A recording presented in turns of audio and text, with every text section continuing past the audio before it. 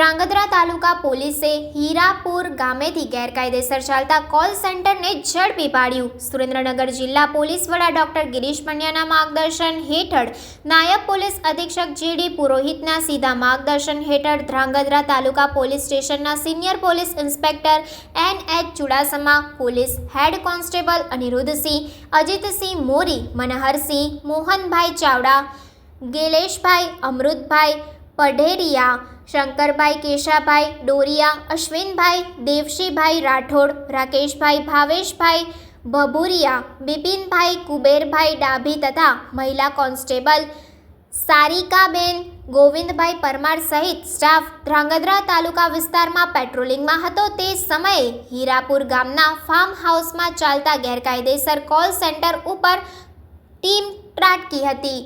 Micro SIP calls software દ્વારા call received કરી વિદેશી નાગરિકને વાયરસ દૂર કરવા અને એન્ટીવાયરસ નાખવા ઉપરાંત ટીમ દ્વારા સોલ્યુશનનું જણાવી સ્વાઇપ દ્વારા વિદેશી નાગરિક પાસેથી કરન્સી દ્વારા ડોલર પ્રાપ્ત કરી છેતરપિંડી આચરેલ પોલીસે દિનેશભાઈ, રવિભાઈ મદુલિયા, નીતેન્દ્ર દેવેન્દ્ર આચાર્ય, સંજનાબેન રાજકુમાર દેવગીરીકર તથા પ્રેમાબેન આકાશ કુમાર રામકુમાર શર્મા સહિત 4 સામે ગુનો નોંધેલ, જેમાં રોકડ ₹6,67,000ના મુદ્દામાલ સાથે આરોપીઓને પકડી પાડ્યા હતા, જેમાં 2 પુરુષ તથા 2 મહિલાઓ ઝડપાઈ હતી.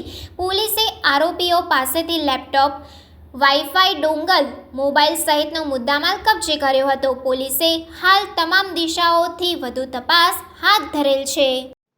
ગઈ તારીખ 22/3/2024ના રોજ તાલુકા પીઆઈ શ્રી ચુડાસમા સાહેબને ખાનગી રાહે બાતમી મળેલ કે તાલુકાની હદમાં આવેલ હીરાપુર ગામ પાસે એક ફાર્મ હાઉસ છે, ત્યાં આગળ કેટલાક લોકો ગેરકાયદેસર કોલ સેન્ટર ચલાવી રહેલ છે.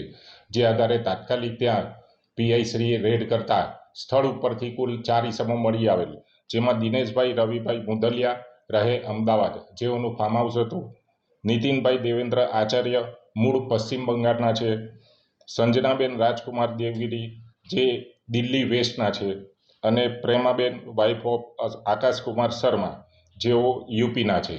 આ 4 ઇસમો પકડાઈ આવેલ અને તેમની પાસેથી કુલ 3 લેપટોપ, 1 ડેસ્કટોપ, 4 મોબાઈલ અને 1 4 વ્હીલર મળી આવેલ.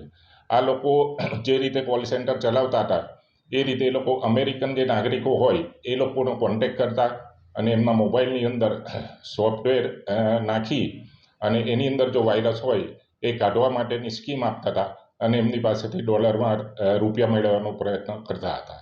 સાહેબ, મુદ્દામાલ સાહેબ કેટલી રકમ અંદાજે આવી? અંદાજે લગભગ 2.5 થી 3 લાખ અને ગાડીના બીજા 2 લાખ એટલે 5 લાખ જેટલો મુદ્દામાલ મળેલ છે. આપની તપાસમાં કેટલા લોકોને સાથે અપલોડ કર્યું તે જાણવા મળેલ છે? અત્યારે તપાસ ચાલુ છે અને સીપીઆઈ શ્રી વલવી સાહેબ તપાસ ચલાવી રહેલ છે.